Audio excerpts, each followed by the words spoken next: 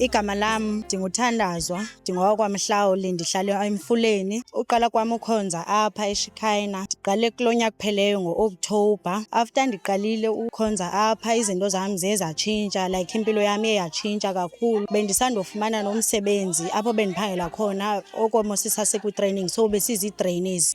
Abantu baphaya emsebenzini besithi nabo kudala bephayana, like benoma-3 years, like but still basezitreyini. But mna after ndiye ndaza apha uqala kwam ukuza, after ndibuyile ndiye ndaphupha ndisayine emsebenzini, qha ndiyazi le fomu bendiyisayine beyantoni.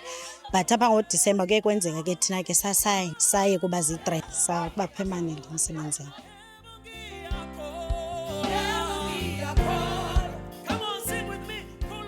Molweni, ndiyabulisa ngale mina namhlanje. Igama lami nguYoliswa Ngumla.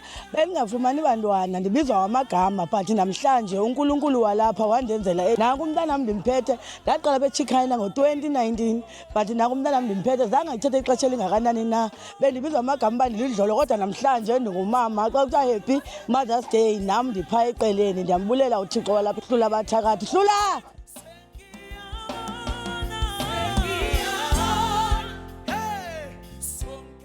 WakwaBoyce, uNkulunkulu wale nkonzo undenzele into ezinkulu, zininzi kakhulu andenzele zona. Kodwa ngoku ndifuna uphakamisa ezi zimbalwa. Ndifike apha kule nkonzo ndingaphangeli, ndisokola. Kodwa uThixo wale nkonzo wandinika umsebenzi, ndaphangela. Abantwana bam bayakwazi ukutya ngoku. Then ndeza kutata, nami engafumani isikolo, ndazocela isikolo. Siye ku-1-on-1 kutata. Nxa sifike endlini, kwathi nantsi iyunivesithi yamnika isikolo, nantsi iyunivesithi imnika i-res. So kulo nyaka ndinomqondiso omhle, umntanam wesibini upase ngo-B. Mhle kakhulu umqondiso, nawo ndiyambulela uThixo wale nkonzo, ndenzele into ezingako.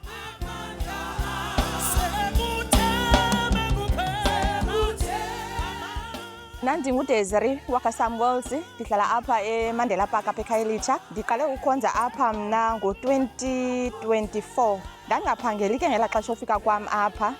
Kunzima for 2 years yonke ndingaphangeli. Ndathi ndokuthenga imaterial yalapha ekhaya, ndatsho ndawuphinda ndawufumana umsebenzi. Ndiyabulela kakhulu kwintambiso yalapha ekhayeni.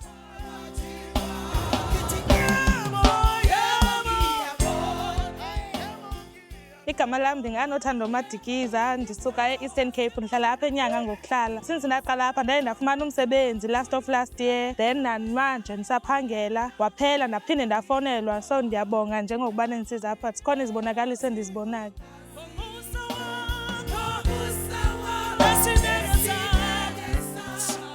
Molweni, igama lami ndinguSinoyolo Singuthu, ndihlala eFranschhoek. Eyona nto ndinoyithetha ngeShikayina is that uqala kwam uza apha. Ndiqale ngo-2020 but ndimane ndisiza, ndimane ndingezi. Then ndazoqala last year ke ngokuba serious, ndimane ndixhaphaka oko.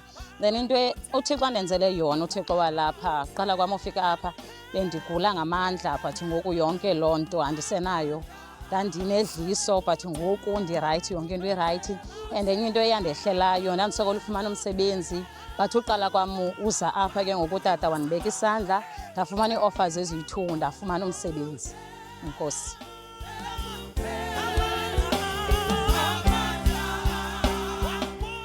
Igama lam ndinguMathapelo Fanelehata, ndisuka ePhillips Dorp. Ndiqale ukukhonza apha ngo-2022 September, kwakuyi-Judgment Night. Ufika kwam apha ndafika ndixhuzulelwa ngumntana, seyifakwe kwi-medication ingalungi. Ndimhambisa nakwezi ndawo kuthiwa ziyanceda but ebengancedakali. And then sa-athenda isevisi yentlambululo 2023 nge-4 kaFebruwari. That day utata wamgalela ngeebhotile ezintathu zamanzi, wadeclarisha ukuphila phezu kobomi bakhe. And then since that day bhuti wam till today akaze axhuzule umntanam, he's free.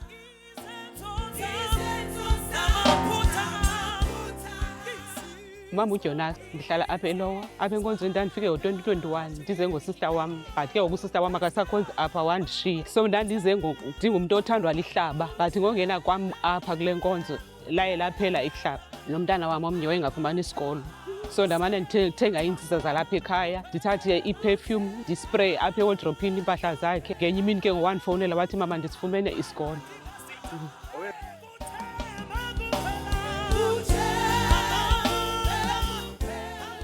Igama lam ndinguPhubeza, ndikhonza apha eShikayina. Ndifike apha ngo-2020 ngelaa xesha le-COVID. Bendingumntu owehlutshwa yi-operation ofanele uba ndiyoyenza, but ke ngoku ndancedeka apha. Ndafumana nomsebenzi, bendingaphangeli, ndiyaphangela ngoku ngenxa yamandla lentambiso. Ndiyabulela kakhulu kutata, and bendingumama ongahlali nabantwana bakhe, kodwa ke ndithe ngokukhonza apha abantwana bam ndahlala nabo. Ndiyabulela enkosi.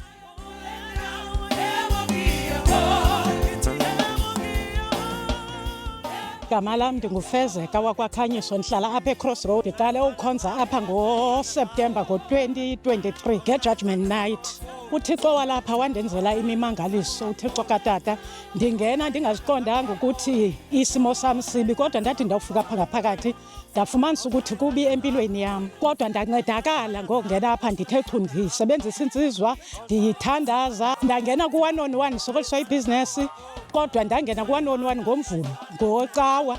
Ngomvulo ndafumana imeseji esuka kwaBelter eBellville, kanti kufumana kwami ipemithi le bendisokoliswa ibhizinesi. Ngena kwam ku-1-on-1 ndandifuna kulunge ibhizinesi yam. Ndithetha nje namhlanje ndineflat endizigqibe apha ngo-Okthobha, endizigqibe sezinabantu ngaphakathi. Umntanam ebesokoliswa kakhulu kwi-term 1, term 2, term 3, ziripoti iimarks zakhe bezilahleka zimane zilungiswa. Kodwa ndithetha nawe nje uThixo katata uhlula abathakathi. Umntanam ufumene ibhatshela. Enkosi.